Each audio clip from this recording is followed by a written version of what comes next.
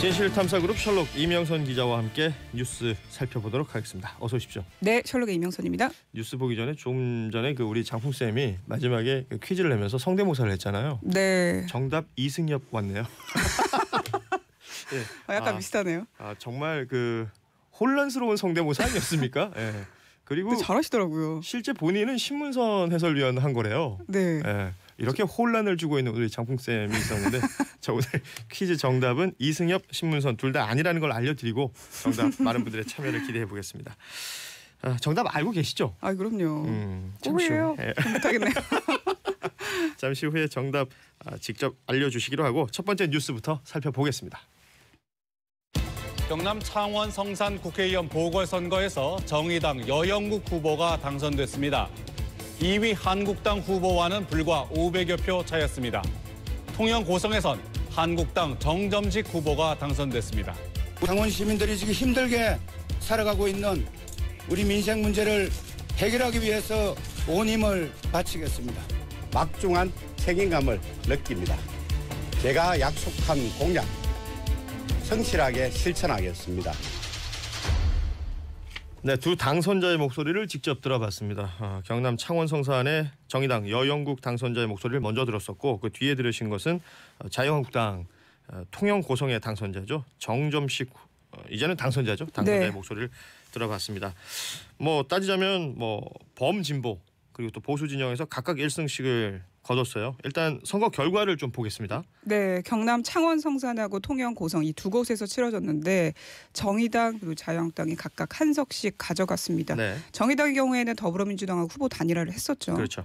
최대 접전지로 꼽혔던 게 창원 성산인데 정말 11시까지 거의 한국당이 유력했었는데 그래서 저도 그냥 그렇게 알고 있었는데 뒤집어졌습니다. 한 11시 반쯤에. 네. 개표가 99% 이루어졌을 때 뒤집어졌어요. 네, 504표 나왔습니다. 그 차이로 강기훈 후보를 눌렀습니다. 네. 경남 통영 고성에서는 정점식 한국당 후보가 개표 시작부터 여유롭게 양문석 민주당 후보를 따돌렸습니다. 그렇습니다.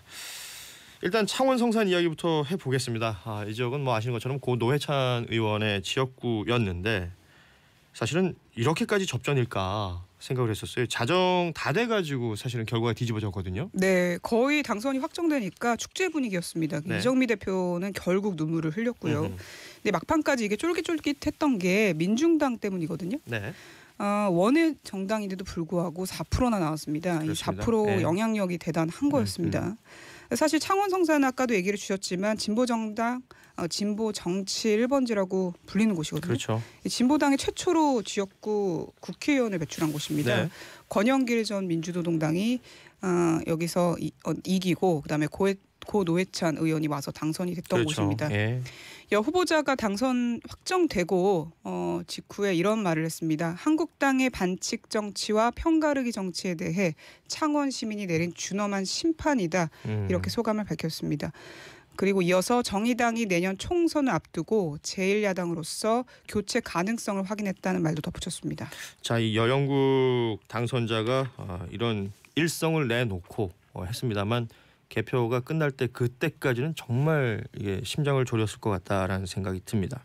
그리고 또 하나의 보궐선거가 치러졌던 경남 통영 고성 이쪽에는 정점식 후보가 당선이 됐는데 검사 출신이죠. 공안검사 출신이고 또 자유한국당 황교안 대표하고는 굉장히 가까운 사이라고 알려져 있습니다. 네, 공안검사 선후배 사이입니다. 그러니까 황 대표가 법무부 장관으로 있을 때 위원정당 단체 대책 태스크포스가 있었거든요. 거기 네. 팀장이었습니다. 그러니까 황 대표 밑에서 통합진보당 해산 심판 청구 과정에 참여해서 네. 통진당 해산을 주도했습니다.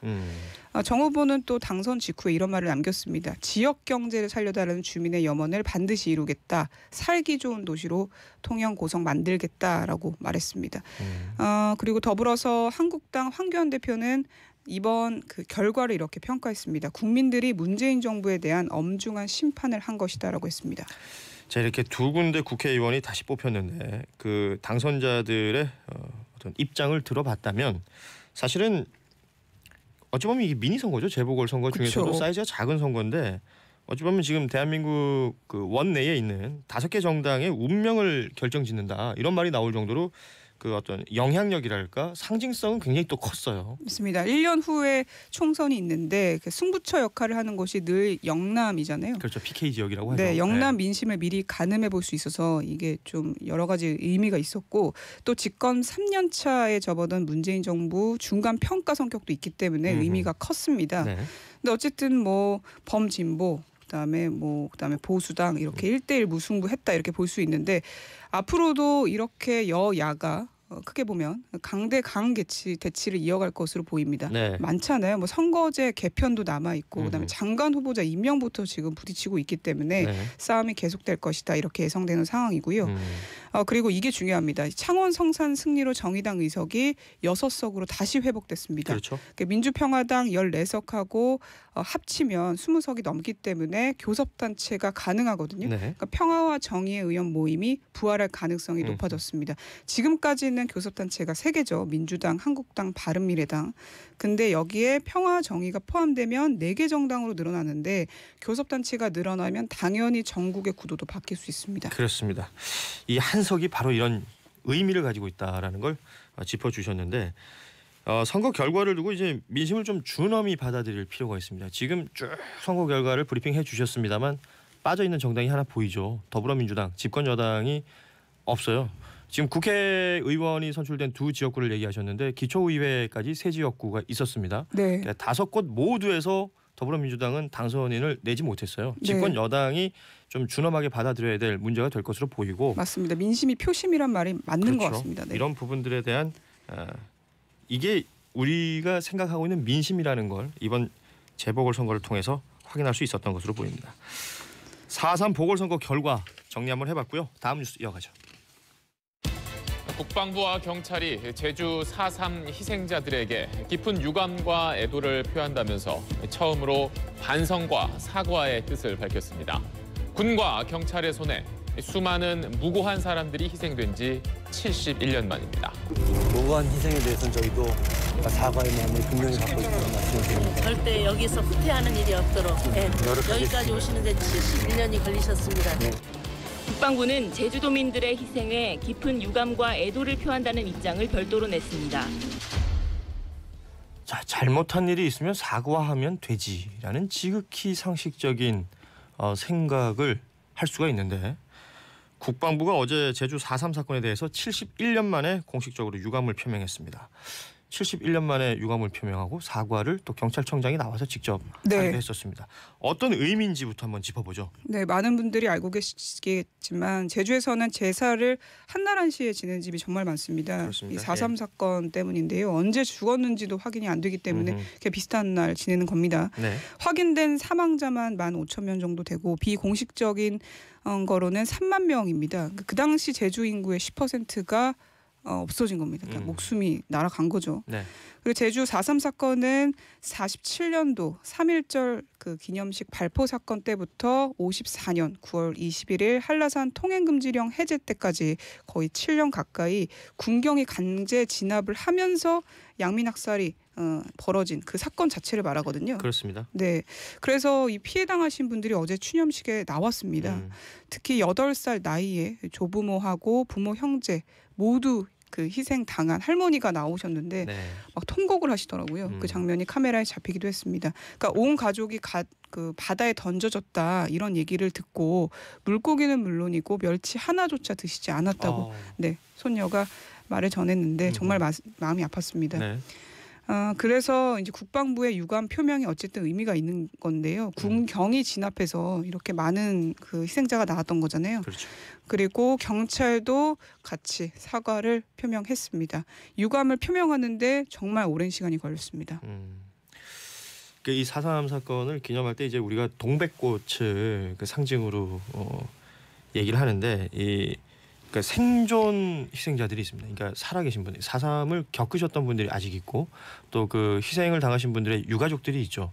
이분들에 대한 사과 또 이런 유감 표명이 71년이 걸렸다라는 게 참 아이러니하죠. 잘못한 게 있으면 문제가 있으면 사과하는 게 당연한 거라고 생각해야 되는데 이렇게 71년까지 걸렸다는 것에 그 의미를 한번 짚어봤고요. 네.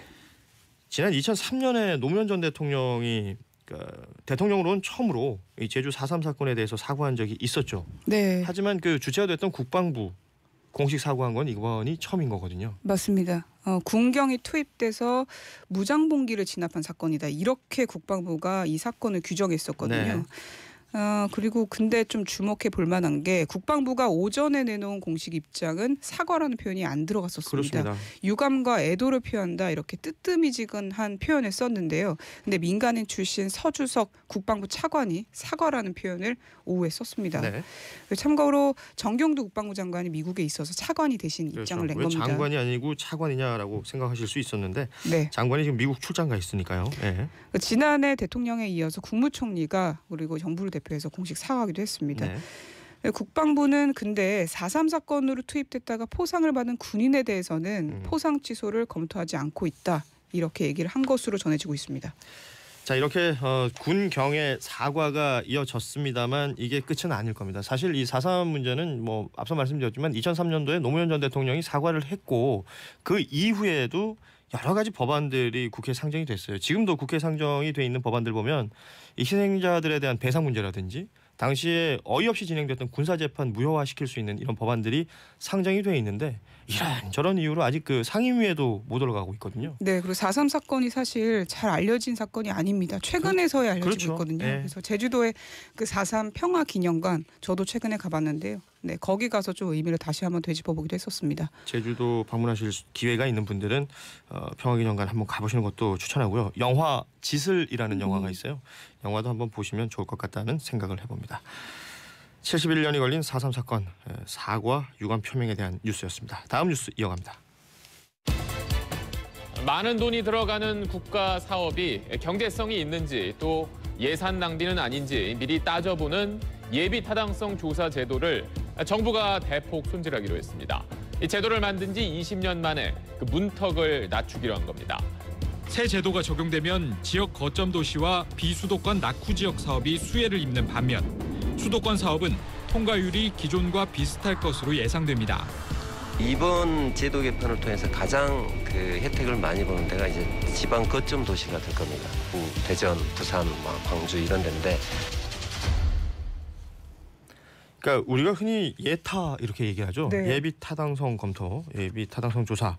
그러니까 대형 SOC 사업들을 그러니까 사회 간접 자본들을 만들 때 뭐 도로나 항만, 토목공사 커질 때 이걸 미리 사업 전에 그 타당성을 검토하는 이 조사를 예타라고 하는데 이 제도를 20년 만에 정부가 정비하겠다라는 거예요. 맞습니다. 이 예타가 정부가 돈을 들여서 이 사업을 할 만한가 이거를 따져보는 거거든요. 그렇죠. 도입된 지 20년이 됐는데 기준점이 바뀐 겁니다. 그러니까 정리하면 수도권은 경제성 위주로 고려하기로 했고요. 일단 네. 돈부터 따지기로 했고 수도권이 아닌 지역은 균형 발전을 먼저 고려하기로 한 겁니다. 네. 이렇게 되면 당연히 지방 거점 도시가 혜택을 보겠죠. 아까도 지방의 나왔지만 뭐 광역 도시들. 네, 대구, 대전, 부산, 광주 이런 데입니다. 근데 이번 조치가 예타 조사의 문턱을 상당 부분 낮추는 거여서 타당성이 없는 대형 사업을 걸러내는 제도적 빗장이 느슨해지는 거 아니냐 뭐 이런 우려의 목소리도 있습니다. 그렇습니다. 시민단체에서는 이렇게 되면 문턱이 낮춰지면 여기저기서 막 대형 토목공사를 막 벌일 테고 국회의원들도 또 나서서 또 그 얘기를 하겠죠. 그렇죠. 그렇게 되면 또 국민들의 혈세가 낭비될 수도 있다라는 맞습니다. 지적을 하고 있거든요. 이런 부분들 꼼꼼히 따져야겠죠. 뭐 이렇게 제도 바꾼다고 해서 그냥 후뚜루마뚜루 해서는 골치 아픈 일이 벌어질 수밖에 없거든요. 네. 자, 다음 뉴스 살펴보겠습니다. 김의겸 이제는 전 청와대 대변인 흑석동의 상가 투기 의혹이 계속해서 이어지고 있는데 특히 국회에서 어제 자유한국당 소속이죠. 김종석 의원이 김의겸 전 대변인이 받았던 대출, 이 대출 서류가 조작이 됐다. 이런 의혹을 주장했어요. 네, 그러니까 문제 상가 건물을 살 때 대출을 많이 받으려고 서류를 부풀렸다 이렇게 지적을 한 건데요. 네. 이 흑석동 상가 건물을 보면 1층, 2층 점포 4개가 있다고 합니다. 이 4개 점포에서 받는 월 임대료가 275만 원인데 이 김 의원의 주장에 대해서 말씀드리면 국민은행이 이 임대 수입을 525만 원으로 부풀렸다 이렇게 주장하고 있는 겁니다. 그러니까 창고로 쓰는 지하, 옥탑 공간 6곳을 점포로 추가해서 대출 한도를 늘렸다는 겁니다. 네. 그러니까 지난해부터 대출 규제가 바뀌었거든요. 그러니까 임대로 거두는 소득이 은행에서 내는 이자보다 커야 대출을 받을 수 있습니다. 그러니까 이게 상식적이죠. 네. 네, RTI라고 부르는데 이걸 맞추기 위해서 임대 수입을 늘리려는 꼼수를 썼다. 이런 주장을 자유한국당에서 한 겁니다. 그러니까 그러면서 지금 그 대출을 해줬던 KB국민은행 이곳에 그러니까 김의겸 전 대변인의 고등학교 후배가 있었다. 뭐 이런 얘기들도 함께 나오고 있어요. 네, 그래서 은행 측에서 입장을 밝혔습니다. 네. 아니다, 정상적으로 취급했고 특혜 제공한 거 아니다라고 해명했는데요. 감정평가사가 창고를 포함해서 10곳이라고 평가를 해서 이를 근거로 계산했을 뿐이다라고 얘기하면서 점포수가 늘어나면 오히려 대출 한도가 줄어든다고 했습니다. 그러니까 네. 점포 보증금을 돌려줘야 하는 상황까지 감안해야 되기 때문에 대출이 그렇게 쉽게 대출금이 결정나는 것이 아니다라고 얘기를 한 겁니다. 네. 그래도 금융감독원은 공개적으로 제기된 의혹에 대해서 사실 확인을 하기로 했습니다. 그러니까 살펴는 봐야겠죠. 하지만 또 지나친 억측을 하는 것도 이거는 불편한 일이 벌어질 수가 있는 거거든요. 제대로 좀 살펴서 그런 일이 없도록 해야 되겠고 뉴스 하나만 더 보자면 지금 이제 한미 정상회담이 4월 11일 이렇게 되면 정확하게 일주일 앞으로 다가온 건데요. 그러니까 워싱턴발 뉴스들에 집중을 할 수밖에 없습니다. 그러니까 트럼프 대통령이 또 한마디 했어요. 그러니까 하노이 회담 당시에 이제 결렬할 때 본인이 김정은 위원장한테 했던 말을 또 다시 언급을 했습니다. 네, 뭐라고 얘기했냐면 당신은 합의할 준비가 안 돼 있다 이렇게 얘기를 하고 회담장을 나왔다고 했습니다. 그리고 그때 김 위원장이 영변 핵시설 폐기의 대가로 유엔 안전보장이사회 차원의 대북 제재를 일부 해제해달라 네. 이렇게 요구했었는데 미국 측이 거절했다 이런 말을 하기도 했습니다. 결국 뭐 완전한 비핵화 얘기를 하면서 빅딜 얘기를 또 하게 되는 것인데 4월 11일 이제 일주일 앞으로 다가왔고 북미 간의 관계에 우리 정부가 또 문재인 대통령이 어떤 역할을 또 하게 될지도 지켜봐야 할 일로 보입니다. 요거 해야 되겠죠. 로이킴 얘기를 안 하고 넘어가면 또 허전할 것 같기도 해요. 예. 어제 하루 종일 가수 로이킴하고 그 또 슈퍼주니어 전 멤버죠 강인 씨 이름이 계속 검색어에 올랐습니다. 역시 뭐 정준영 씨 관련된 그 단톡방 얘기예요. 맞습니다. 로이킴 씨하고 그다음에 이 정준영 씨 카톡방에 또 있었던 인물이 강인 씨라고 확인이 된 겁니다. 네. 로이킴 씨가 지금 미국에 있다고 합니다. 그래서 소속사가 학업 중이니까 빠른 시일 내에 귀국해서 조답할 수 있도록 하겠다 이렇게 입장을 밝혔고요. 그다음에 강인 씨의 경우에는 시인은 했지만 불법 영상물을 촬영하거나 유포한 적은 없다고 못 박았습니다. 자, 이렇게 뉴스는 여기까지 보도록 하고요. 저희가 앞서 내드렸던 퀴즈 정답을 발표하도록 하겠습니다. 오늘 새벽 토트넘, 그러니까 영국의 프리미어리그죠. PL의 토트넘 팀의 새 구장이 만들어졌고 오늘 개장 경기가 있었는데 거기서 골을 넣은 우리 선수의 이름을 맞춰주시는 문제였습니다. 많은 분들이 정말 폭발적으로 문자창을 채워주셨습니다. 유튜브에도 정답자들이 많이 등장을 했는데 정답을 알려주시죠. 네, 정답은 손흥민 선수입니다. 그렇습니다. 사실은 뭐 퀴즈를 안 듣고도 축구? 손흥민? 뭐 이렇게 보내신 분들도 분명히 있을 거라고 저는 생각이 됩니다. 많은 분들 보내주셨는데 당첨자를 소개해드리도록 하겠습니다. 1225 끝번호 쓰시는 분 추갈모신 아줌마도 남편 따라 보게 만드는 영웅이죠. 손흥민 정답 맞춰주셨습니다. 네, 6653님은 매일 7시부터 작은 회사 청소하면서 이어폰 꽂고 듣고 있어요. 예, 감사합니다. 고맙습니다. 아침을 함께 시작해 주시는군요. 네, 정답 그 외에도 정답자분들이 있는데요. 저희가 고뉴브 홈페이지에 정답자들 올려놓겠습니다. 참여해주신 모든 분들 고맙고요. 저희가 선물로 카페라떼 보내드리도록 하겠습니다. 고맙습니다. 이명선 기자하고도 인사 나누죠. 고맙습니다. 네, 감사합니다.